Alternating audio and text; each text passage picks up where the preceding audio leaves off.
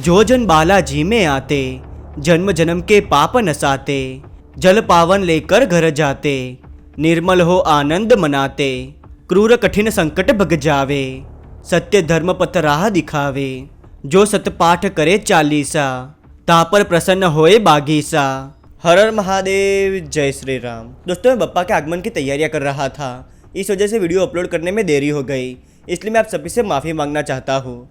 आइए दोस्तों, मैं आपको बप्पा के दर्शन करवाता हूँ।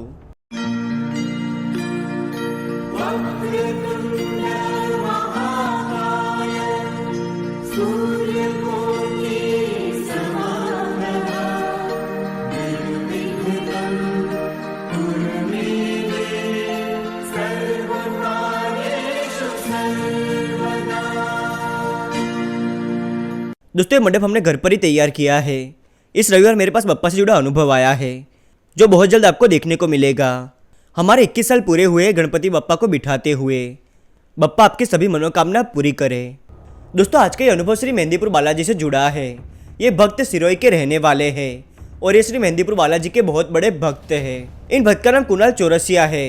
इनके दोस्त और इनके परिवार वाले इसे चक्रव्यूह में फंस गए थे, जिससे बाहर आने का रास्ता इन्हें मिल ही नहीं रहा था। लेकिन जैसे महाभारत में श्री हनुमान जी ने पांडवों और श्री कृष्ण जी का साथ दिया था, वैसे हमारे आज के इस अनुभव में प्रभु ने कुणाल जी का साथ दिया। कहते हैं ना, साधु संत के तुम रखवारे, असुर निकंदन राम दुलारे। प्रभु ने कुणाल जी का हर कदम पर साथ दिया, जिस कारण इनके और इनके आसपास के लोगों की नकारात्मकता दूर हुई और ये बुरे संकटों से बाहर निकले। नमस्कार दोस्तों, मेरा नाम है विवेक और स्वागत है आपका विवेक क्रिएशन स्टोरीज में। आइए आगे का अनुभव इनके नजरिए से शुरू करते हैं। नमस्कार, मेरा नाम कुणाल है। मैं और मेरा पूरा परिवार श्री मेहंदीपुर बालाजी को बहुत मानते हैं। प्रभु श्री हनुमान जी की कृपा हमारे परिवार पर सदैव रही है। मेरी माँ का 2 बार मिसकैरेज हो गया था, जिस कारण दोबारा माँ बनने की कोई उम्मीद नहीं थी। लेकिन जब माँ और पिताजी प्रभु के दर्शन करने गए तो उनके आशीर्वाद से मेरा जन्म हुआ। इसलिए सब मुझे कहते हैं कि मेरे ऊपर प्रभु की कृपा है। मुझे सुनकर बहुत अच्छा लगता था। मैं बहुत बार श्री मेहंदीपुर जाकर आया हूँ। अब आगे मेरे और मेरे आसपास के लोगों के साथ जो होने वाला था वो किसी ने सोचा भी नहीं होगा। मैंने अपनी पढ़ाई पूरी कर ली थी। प्रभु की कृपा से मुझे एक अच्छी जॉब मिली। जीवन में सब सही चल रहा था। तभी मेरा एक दोस्त जिसका नाम विनय था, हम उसे विनी कहकर बुलाते थे, उसकी शादी फिक्स हो गई। वो बहुत नए ख्यालात का था और हो भी क्यों ना, लंदन की टॉप यूनिवर्सिटी से पढ़ के जो आया था, वो हमेशा से डेस्टिनेशन वेडिंग करना चाहता था। इसलिए उसने केरल के एक सुंदर गाँव में वेडिंग का फंक्शन रखा। उसने मुझे फ्लाइट की टिकट भेज दी थी, इसलिए मैं अपने दोस्तों के ग्रुप के साथ केरल चला गया। उसने शादी बहुत सुंदर जगह पर रखी थी। हम सब विनी से मिले और जो भी तैयारियां करनी थी वो की। एक बात और, मैं जहाँ भी जाता प्रभु की तस्वीर अपने साथ बैग में लेकर जाता था। विनी मेरा बहुत अच्छा दोस्त था।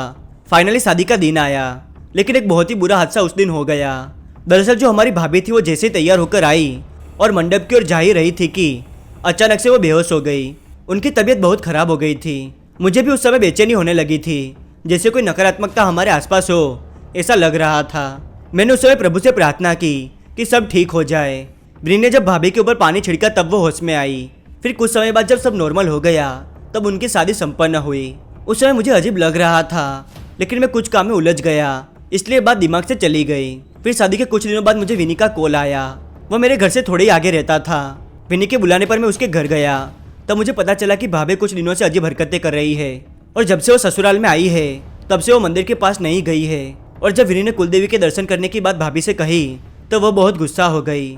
विनी और उनके परिवार को पता था कि हम श्री मेहंदीपुर बालाजी को बहुत मानते हैं, इसीलिए विनी ने मुझसे आस लगाकर ये सब बातें कही। वो इसके बारे में किसी को नहीं बताना चाहते थे, क्योंकि भाभी के ससुराल में आए कुछ ही दिन हुए थे और इस बारे में किसी को पता चल जाता तो वो तरह तरह की बातें करने लगते। तब मैंने विनी से कहा कि हम भाभी को श्री मेहंदीपुर बालाजी लेकर चलते हैं। मुझे पूरा यकीन है कि प्रभु की कृपा से सब ठीक हो जाएगा। और ऐसा ही हुआ। उस दिन के बाद से भाभी को कभी कोई तकलीफ नहीं हुई। लेकिन अब मेरी मंगेतर के घर में परेशानी शुरू हो गई और वो परेशानी विनी के घर से भी बहुत बड़ी थी। दरअसल उनके घर में जब भी कोई शुभ कार्य करने की कोशिश करते तो झगड़े शुरू हो जाते। ये बात जब मेरी मंगेतर ने मुझे बताई तो मैंने कहा घर में पूजा करवा लो। जब उन्होंने घर में पूजा करने की कोशिश की तो मेरा साला बहुत बीमार हो गया। उसकी हालत इतनी ख़राब हो गई थी कि वो बिस्तर से खड़ा भी नहीं हो पा रहा था। वो लोग बहुत परेशान हो गए थे, इसलिए मैं कुछ दिनों बाद उनके घर चला गया। उनके घर में पैर रखते ही मुझे पता चल गया कि यहाँ पर नकारात्मकता है। जैसे कि मैंने आपसे कहा था कि जब भी मैं कहीं बाहर जाता हूँ तो प्रभु श्री हनुमान जी की तस्वीर अपने साथ रखता हूँ। और किस्मत से उस दिन मैं अपनी सिद्धि की हुई रुद्राक्ष की माला ले गया था। वो माला मुझे बहुत साल पहले एक बाबा ने दी थी, जब मैं मेहंदीपुर गया था। जब मैंने अपने साले को देखा तो मैंने सबको कमरे से बाहर जाने के लिए कहा। सिर्फ मेरी मंगेतर मेरे साथ थी।